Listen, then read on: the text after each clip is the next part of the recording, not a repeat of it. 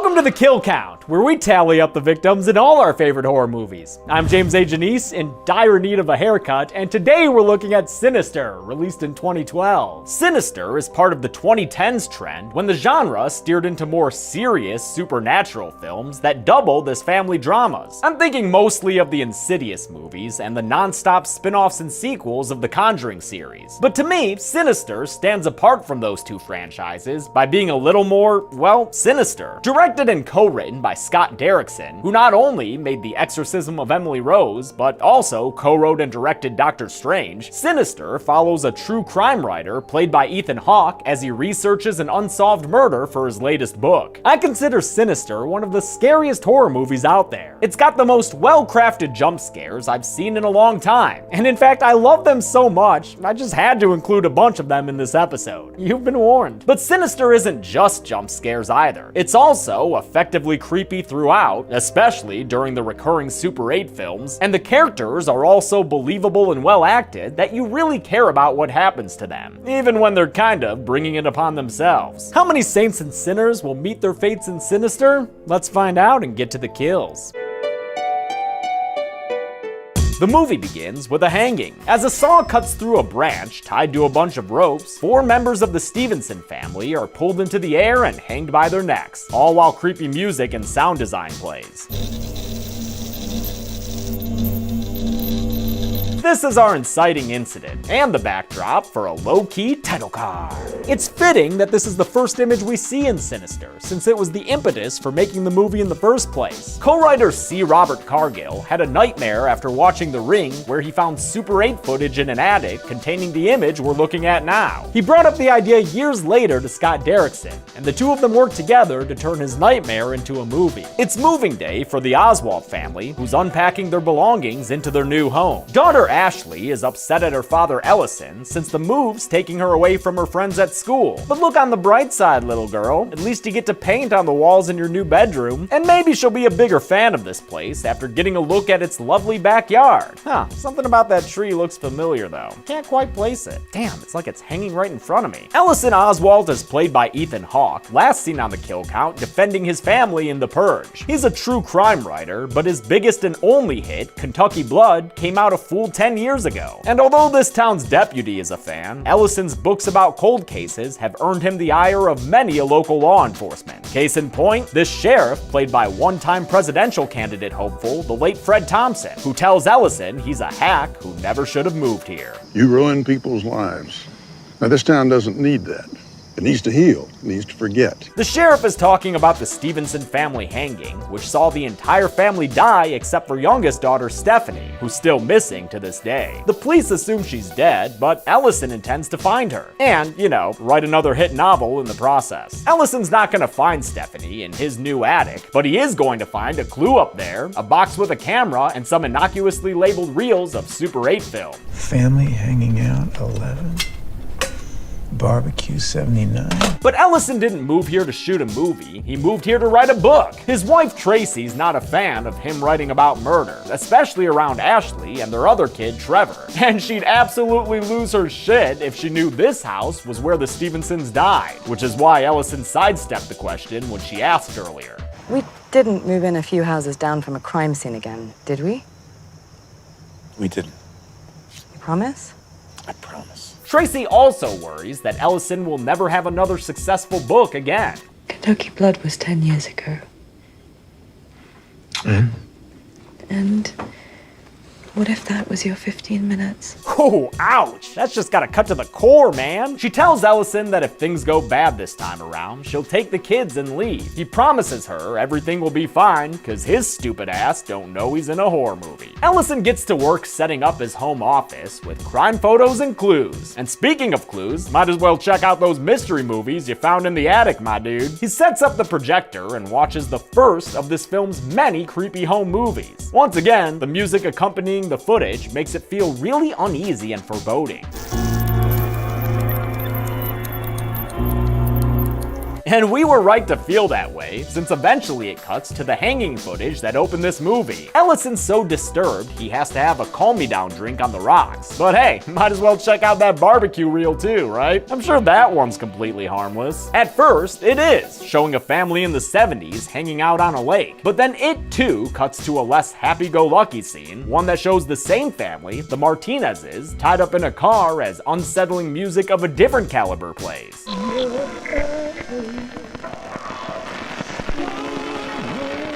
With the camera still rolling, the car is lit on fire, and Ellison witnesses and drinks to another 3 murders. Like I said in the intro, the Super 8 segments are the best and most memorable parts of this movie. What makes them all so effective is that they were actually filmed on Super 8. They weren't shot on some HD camera, then had a filter applied during editing. They were also the first things filmed for the movie, and Scott Derrickson would play those music tracks on set to get everyone in the right mood. Ellison goes to call the police and inform them of all this hard evidence he's found, but one reminder of the past glory he hopes to achieve again, and he's hanging up the phone so he can go at it alone. That means it's home movie time again, and the latest release for him to check out is Pool Party 66. I'm more of a Talking Heads 77 man myself. Before he can see what aquatic adventure he's got in store, he hears a noise from somewhere else in the house. It's not Ashley, who's still asleep after he tucked her in earlier, mightily impressed by the evolution of her artistic abilities. Maybe one day I'll paint something really good. Then I'll be famous like you. Instead, it's this box he finds moving around, cause turns out it's a boy in a box. Haha, that's kind of fun, right, Ellison? Oh, nope, never mind. That's not fun at fucking all. It's straight up horrifying. Again, thanks largely to the sound design. But this isn't a new problem for Trevor, who used to sleepwalk and have night terrors all the time. Are we talking about the time you found Trevor trying to pee in the dryer? How drunk were you, Trevor? I knew a guy in high school who once got so drunk he pissed in his dishwasher. His parents were not amused. Ellison finally sits down to watch Pool Party the next day, and this short film shows a happy, splashy family around the pool before cutting to a deserted deck at night. Oh, actually, there are people here. They're just tied up to chase lounges lined up along the pool. We watch as all 4 of them are pulled underwater one by one, in a stunt done practically on set. These actors were actually tied to those chairs and actually pulled into the pool, where divers were waiting to give them air as needed. Amazing. We never learned this family's name, but their video does reveal something else. This absolutely horrifying fellow. Wow, that dude is scary. Chelsea and I call him Spooky Face, and you can't really blame us. Motherfucker's face is spooky. Way too spooky to be caressing like that, man. Just like with the family being pulled into the pool, the actor playing Spooky Face there, Nicholas King, was actually underwater for this shot, wearing weighted shoes that kept him at the bottom. Again, divers had to give him air between takes. Complicated stuff, but worth it in my opinion. That shot is a classic, and scary as all hell. Later that night, Ellison plays another short film called Sleepy Time, which shows a first-person tour of a house that ends in a bedroom, where, once again, we watch a family get murdered. Their deaths are shown to us in a pretty tasteful/artful way, and it's nice that the little doggy there doesn't die. But the rest of the Miller family does, by means of a kitchen knife, even a young son, though Ellison looks away and numbs himself instead of watching. He digitizes the footage and scans through it more thoroughly, discovering a symbol on the wall that seems important enough to print. Ho-ho, and on photo paper too? Damn, that shit's expensive, L-Dog. Further research and some image enhancement reveals that Sleepy Time was shot in St. Louis, Missouri. Ellison finds a news report about the Miller murders online, where the reporter mentions that the family's 13-year-old son, Christopher Miller, is still missing. Sounds familiar. Things get extra nope when the house's power goes out, and Ellison starts hearing noises from up above. Just try not to panic, dude. I'm sure it's nothing to worry about. Jesus fucking Christ, come on! He grabs a knife and pulls down the attic ladder, then climbs all up into that void of blackness so he can get jump scared some more.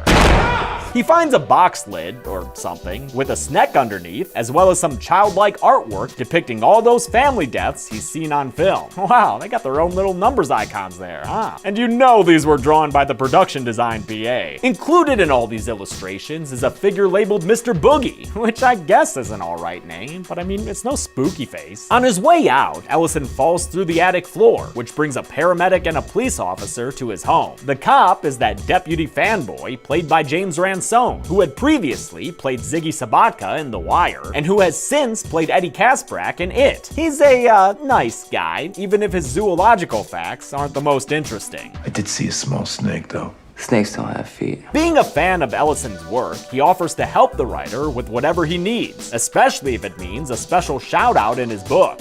Well, I could be like, your deputy so-and-so. If you don't already have one. I'm sure that's one of Ellison's Patreon tiers, dude. Ellison takes him up on his offer and asks him to find out more about those family murders, then wishes the cop well on his way. Thank you very much, Deputy So-and-so. Ellison hopes that with the deputy's support, he can once again write a hit book that'll land him interviews he can record on VHS. Damn, this scene is sad. But it goes a long way towards explaining why Ellison is so committed to this Mr. Boogie book. He gets back to work with the home movie footage, and I spies a Mr. Boogie in the bushes. Them shrubs got spooky faced. And so did the house in the Sleepy Time footage, cause that evil visage is chilling there as well. He gets a call back from the deputy with names and addresses of the unfortunate families. The family burnt to death in their car, lived in Sacramento, and had a 9-year-old son who went missing. The Sleepy Time family, the Millers, lived in St. Louis, and when the deputy gives Ellison their address, he realizes it's the previous home address of the Stevensons. Before the Stevensons moved here, they lived where the Miller family murders happened.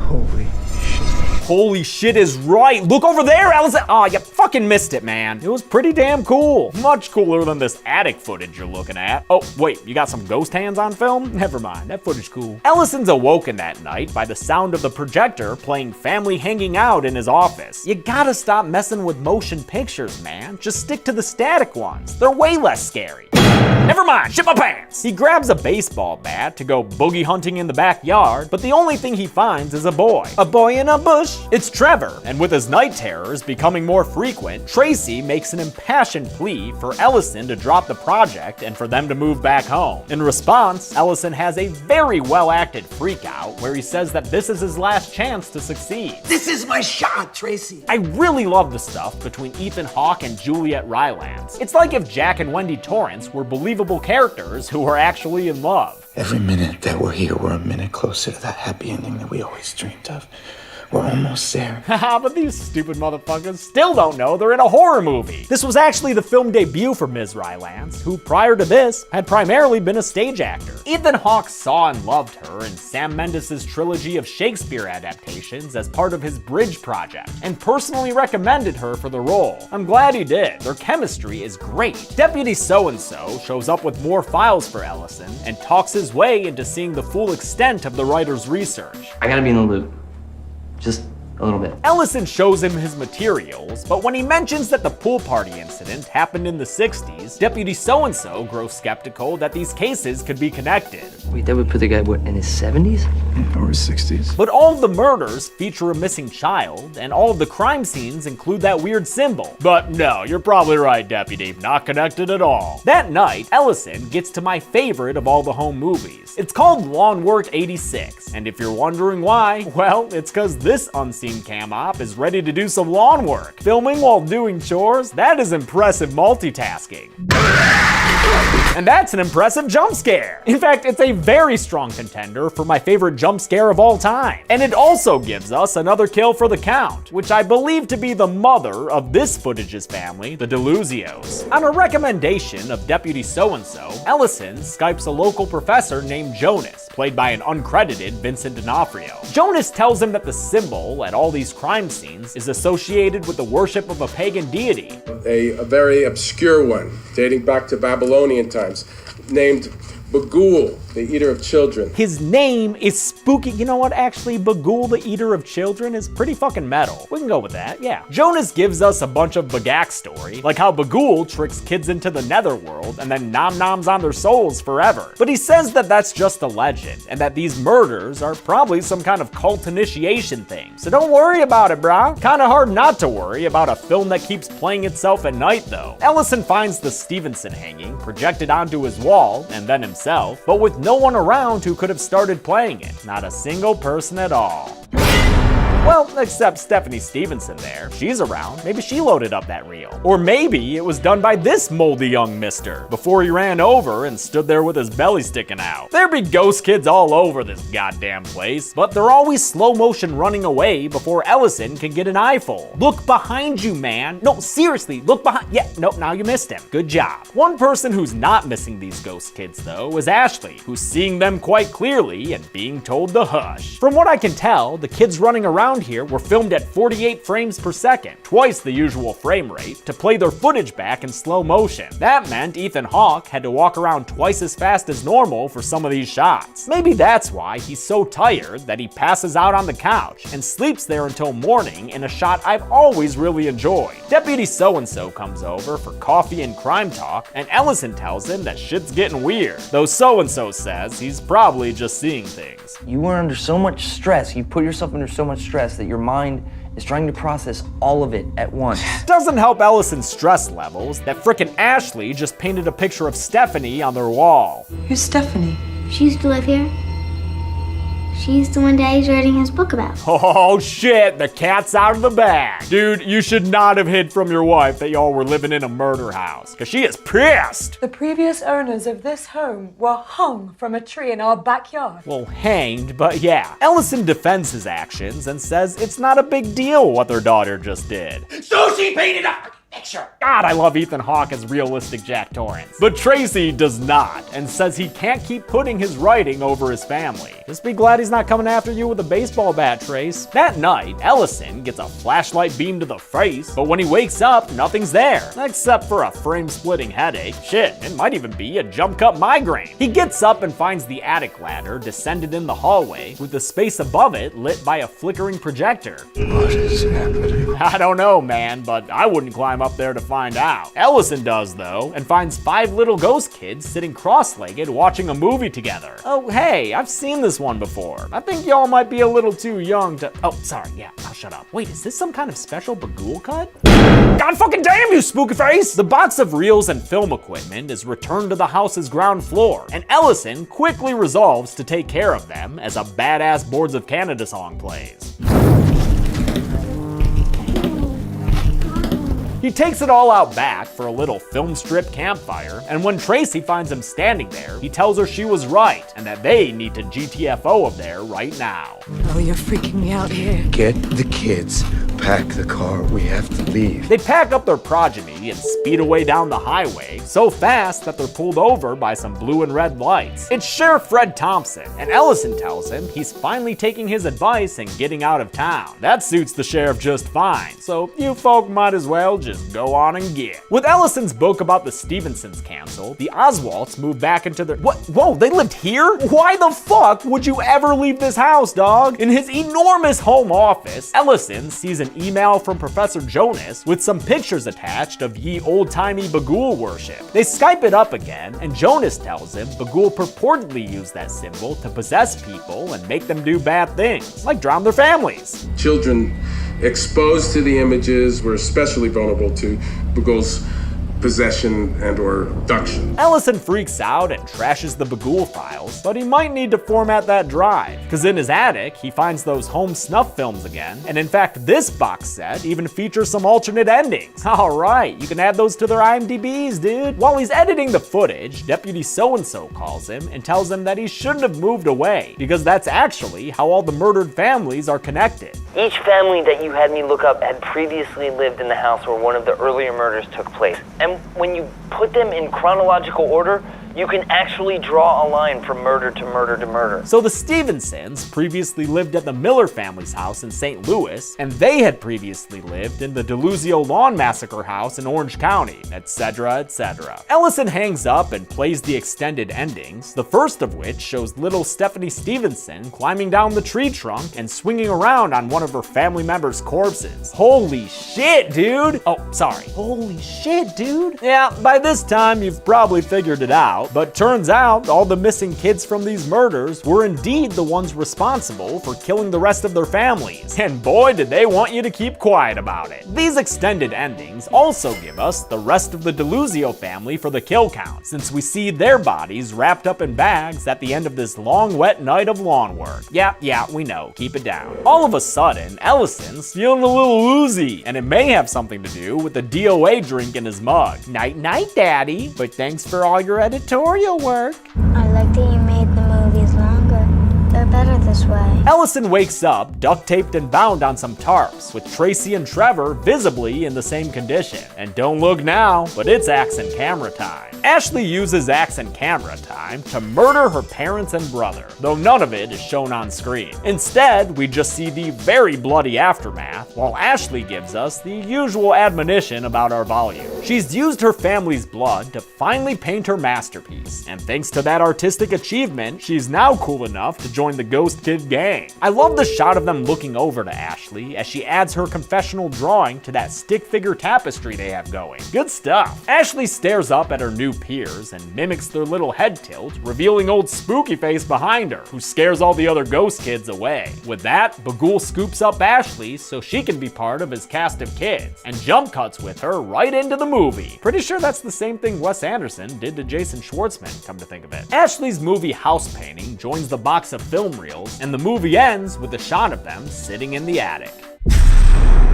Just kidding, you knew it was gonna end with a jump scare. Just like you knew this To the Numbers gag was gonna have one too.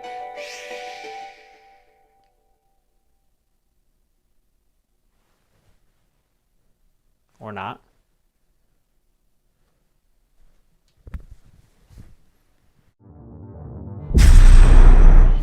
I'm so sorry. 20 people died in Sinister, with an even split between the 10 male victims and the 10 female victims. Both demos featuring a number of children. That makes the pie chart more disturbing. With a runtime of 110 minutes, that left us with a kill on average every 5.5 minutes. I'll give the golden chainsaw for coolest kill to the Deluzio mother killed in the lawn work film. I just seriously love that jump scare, man. Dull machete for lamest kill will go to the other Deluzios, since we only saw the bagged aftermath of their deaths. And that's it. Sinister came out in 2012 and so far has only had a single sequel, which I'll be looking at next week. Until then, I'm James A. Janice. This has been The Kill Count. Thanks a lot for watching this week's Kill Count. I want to thank some patrons like Amber Durrance, Corey Carson, The Legend Slayer, Joshua Colo, Nick Villasana, Zacharias, and Quentin Alexander. I really love Sinister. I think it gets a bad rap. Maybe because of its jump scares, probably because of its sequel. But I do really like the script I wrote for the Sinister 2 Kill Count. Thanks everyone, be good people.